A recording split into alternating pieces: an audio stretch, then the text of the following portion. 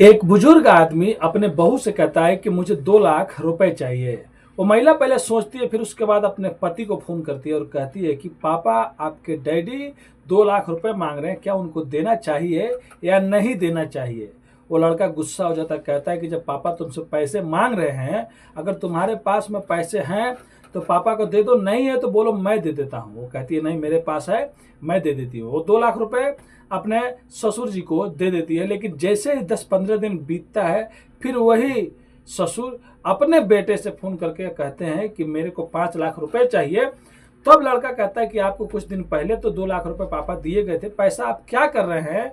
उसके बाद वो आदमी गुस्सा हो जाता है। जो 80 साल के बुजुर्ग होते हैं वो अपने बेटे से कहते हैं कि मैंने तो कभी तुमसे ये नहीं पूछा, तुम्हारे ऊपर इतना ज़्यादा पैसे खर्च किया, लेकिन तुम आज मुझे 5 लाख रुपए देने से पहले पूछ रहे हो। और लड़का कहता है कि पापा गुस्सा मत होइए, मैं आपको 5 लाख रुपए दे देता हूँ। 5 लाख रुपए इंतजाम कराता है और इंतजाम करने के बाद अपने पापा को 5 लाख रुपए दे देता है।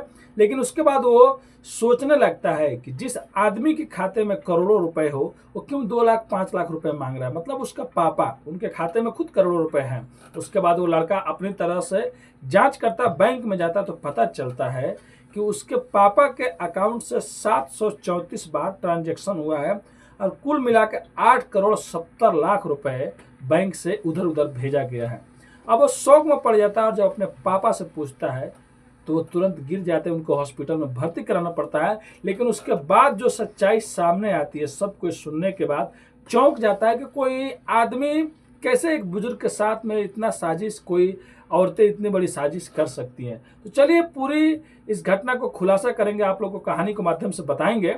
उससे पहले आप लोग से रिक्वेस्ट करते हैं, अगर आप हमारे चैनल पर नए हैं तो चैनल को आज ही सब्सक्राइब, लाइक, शेयर, कमेंट करना मत भूलिए। तो नमस्ते, आदाब, सत श्री अकाल। आज की जो सच्ची घटना मैं आप लोग को सुनाने और बताने जा रहा हूँ, ये महाराष्ट्र प्रदेश के महाराष्ट्र मध्य की ये कहानी है। एक आदमी होते हैं, बुजुर्ग होते हैं, उनकी एज लगभग 78-80 साल रहता है और उनकी पत्नी नहीं रहती है, उनका बेटा और बहू रहते हैं। बेटा भी काम करता, बेटी बहू भी घर में देखती थी। और ये जो रहते हैं, इनका काम बस यही रहता है कि अब कुछ भी बिजनेस उसने नहीं करना है, आराम से वे घर पर पड़े रहते हैं और अपना मोबाइल चलाते रहते थे, अपना मोबाइल देखते रहते थे। एक दिन जब ये फेसबुक देख रहे होते हैं, तभी फेसबुक में एक लड़की बहुत सुंदर दिखती है जिसका नाम सारवी रहता है। उसको फ्रेंड रिक्वेस्ट भेज देते हैं। फ्रेंड रिक्वेस्ट जाने के बाद पहले तो कुछ भी रिप्लाई नहीं देती है, लेकिन 2-3 दिन बाद फ्रेंड रिक्वेस्ट एक्सपेक्ट कर लेती है। एक्सपेक्ट करने के बाद उधर से वो मैसेज करती है कि मैं जल्दी किसी का फ्रेंड रिक्वेस्ट एक्सपेक्ट नहीं करती हूँ। और थोड़ा थोड़ा बात होने लगता है और वो बताती है कि मैं एक विधवा हूँ और मेरा एक बेटा है, मेरा पति नहीं है, लेकिन हर कोई आज के ज़माने में बस शरीर का भूखा है और फ़ायदा उठाना चाहता है। तो आप मुझे अच्छे दिखे, मैं आपसे दोस्ती करूंगी। इधर से भी आवाज़ जाता है, जो बुजुर्ग आदमी रहता है कि मैं वैसा नहीं हूँ, उन लोगों जैसा नहीं हूँ। बातचीत होने लगता है सारवी के बारे में या इस बुजुर्ग के बारे में, अच्छे से बातचीत होने लगता है। 1 या 2 महीने बीतने को आ जाता है। एक दिन सारवी बात करना बंद कर देती है, 4-5 दिन। तब ये बुजुर्ग आदमी इतने उतावले हो जाते हैं उससे बात करने के लिए कि 3-4 दिन बाद जब उसका मैसेज आता है, तब ये पूछते हैं कि तुम कहाँ थी और तुम मैसेज क्यों नहीं कर रही थी, क्या प्रॉब्लम है मुझे बताओ, मैं तुम्हारा मदद करूंगा। तब सारवी उधर से कहती है कि मेरा एक बेटा है, आपको बताया था, और वो बेटा का तबीयत खराब है, उसे हॉस्पिटल लेके गई थी और पैसे नहीं है, मैं समझ में नहीं आ रहा है करूँ तो क्या करूँ, किससे पैसे मांगूँ।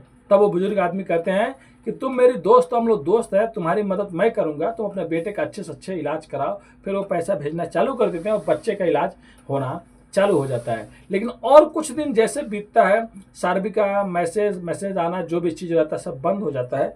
उसके बाद और कुछ दिनों के बाद एक सारवी की दोस्त कविता का मैसेज आता है उनके मैसेंजर पे, और वो कहती है कि मैं सारवी की दोस्त हूँ और उसी ने मुझे बोला है आपसे बात करने के लिए। लेकिन ये सारवी जैसी नहीं रहती है, ये गंदी गंदी बातें करती है, अश्लील बातें करती है और उस बुजुर्ग को बहुत जल्द अपने मतलब जो चाहती थी वो करने लगती है।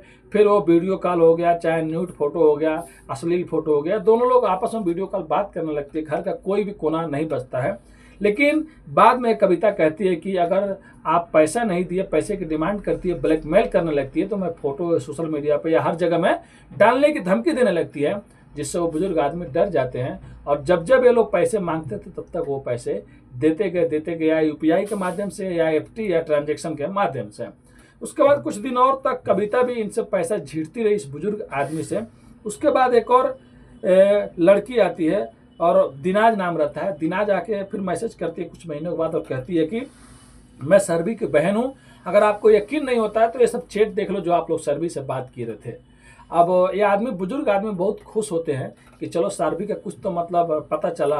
पूछते हैं कि सारबी का क्या हाल है, तो कहते हैं कि सारबी का भी तबीयत खराब चल रहा है, उसका बेटे का भी तबीयत खराब चल रहा है और पैसे की ज़्यादा ज़रूरी है, इसके लिए मैं आपके पास मैसेज की, वो बोली थी। तो ये बुजुर्ग आदमी उसको भी पैसे देना चालू कर देते हैं। यानी कि ये सब मामला अप्रैल 2023 से शुरू होता है और 2024 तक ऐसे ही चलते रहता है, चलते चलते उसके बाद दिनाज भी खूब पैसे झीटती है, खूब इनको पुलाती है, फुसलाती है। उसके बाद दिनाज का भी बंद हो जाता है मैसेज आना, बात करना। फिर लास्ट में एक और लड़की जास्मिन का मैसेज आता है और जास्मिन कहती है डायरेक्ट सामने से कि हमारे पास सब चीज़, वो फोटो है जिस चीज़ में तुम लोगों ने बात किया है, तुम लोग का अश्लील फोटो है। अगर तुमने पैसे नहीं दिए, मेरी बात नहीं माने, तो ये सब सोशल मीडिया पे लोगों को दिखा दोगे, फिर उसके बाद तुम्हारा इज्जत एक भी नहीं बचेगा। अब वो बुजुर्ग आदमी टेंशन में पड़ जाते हैं, सोच में पड़ जाते हैं। उससे कहते हैं कि देखो हमारे पास कोई भी पैसा नहीं है, जितने पैसे थे सब पैसे मैंने ऑलरेडी तुम लोगों को दे दिया है। लेकिन वो कहती है नहीं, कहीं से भी पैसे बंदोबस्त करो, कहीं से भी पैसे लेके आओ। तब पहली बार वो अपने बहू से कहते हैं कि 2 लाख रुपए चाहिए, और वही बहू अपने पति से पूछ के जब 2 लाख रुपए दे देती है। और 8-10 दिनों के बाद जब उसी बुजुर्ग आदमी से फिर से ब्लैकमेल किया जाता है तो 5 लाख रुपए अपने बेटे से लेकर वो देता है। लेकिन उसके बाद उसके बेटे को ये पता चलता है कि जिसके मेरे पापा के खाते में करोड़ों है तो क्यों 2 लाख 5 लाख मांग रहे हैं। फिर उसके बाद वो अच्छे से जांच करता है, बैंक जाता है और बाद में पता चलता है कि उसके पापा कुछ लोगों, कुछ लड़कियों के चक्कर में आ गए हैं और 734 बार के ट्रांजेक्शन में 8 करोड़ 70 लाख रुपए का चूना लग गया। मतलब पैसे इधर से उधर जा चुके हैं। उसके बाद वो 22 जुलाई 2025 को साइबर क्राइम का एक नंबर आता है, उस पर फ़ोन करते हैं और साइबर क्राइम में अपनी पूरी शिकायत दर्ज कराते हैं। उसके बाद वो पुलिस स्टेशन जाते हैं और पूरी बात बताते हैं। और उसके बाद जो उनके पापा हैं, ऑलरेडी वो 80 साल के रहते हैं, उनको भी मतलब हॉस्पिटल में एडमिट कराया जाता है कि कोई बीमारी नहीं कर सकते। उनको मतलब भूलने की एक आदत हो गई रहती है, कैसे क्या है, चिड़पड़ा, कोई अच्छे से बात नहीं करता है तो मतलब उल्टा पुल्टा बात करना और याददाश्त चला जाना, कोई चीज़ है तो भूल जाना। उसके बाद जब 8 अगस्त 2025 को जब ये बात सोशल मीडिया का हर एक पोर्टल पे या न्यूज़पेपर हो गया, NDTV हो गया, या जितने भी न्यूज़ वाले हो गए, जितने भी अखबार वाले हो गए, सबके जब पोर्टल पे आती है कहानी तो वायरल होने लगती है कि कैसे 4 महिलाएं, 4 लड़कियां मिलकर एक आदमी से, बुजुर्ग से ब्लैकमेलिंग करके 8 करोड़ 70 लाख का घोटाला करती है। मतलब पैसे ले लेती हैं और उसके बाद वो लोग पता भी नहीं चलता है। अब पुलिस पता लगाने में जुट गई है और जांच हो रही है कि वो कौन है महिलाएं जो लोग 8 करोड़ 70 लाख का मतलब एक आदमी से, बुजुर्ग आदमी से ठग लिए, वो भी ब्लैकमेलिंग करके। लेकिन सुनने में आ रहा है या तो हो सकता है कि ये 4 जो महिलाएं हैं वो महिलाएं नहीं, आदमी हो। अगर हो भी तो एक ही हो, क्योंकि एक ही महिला 4 आदमी को कैसे बता सकती है, क्योंकि और उसका पर्दाफाश हो जाएगा। तो देखिए सामने आने वाले टाइम में इस कहानी में क्या मोड़ आता है, क्या वो लोग पकड़े जाते हैं, क्या वो लोग पैसे जो लिए थे वो पैसे देंगे। और पुलिस ऑलरेडी जांच कर रही है, साइबर क्राइम भी उन लोगों की तलाश कर रही है। तो ये थी कहानी आज की, जो एक बुजुर्ग आदमी जो 80 साल के होते हैं उनसे कुछ 4 महिलाएं दोस्ती करती है और दोस्ती और प्यार के नाम पे इतने पैसे की ठगी कर लेती हैं। तो अब ये तो 80 साल के थे, इनके मानसिक स्थिति भी अच्छी नहीं थी, लेकिन वो महिलाएं पकड़ी जाएंगी। और ये कहानी सुनाने का उद्देश्य किसी का भी दिल दुखाना नहीं है, बस आप लोगों को जागरूक और सचेत करना है। अगर आप भी हमारे चैनल पर नए हैं तो चैनल को आज ही सब्सक्राइब, लाइक, शेयर, कमेंट करना मत भूलिए। धन्यवाद।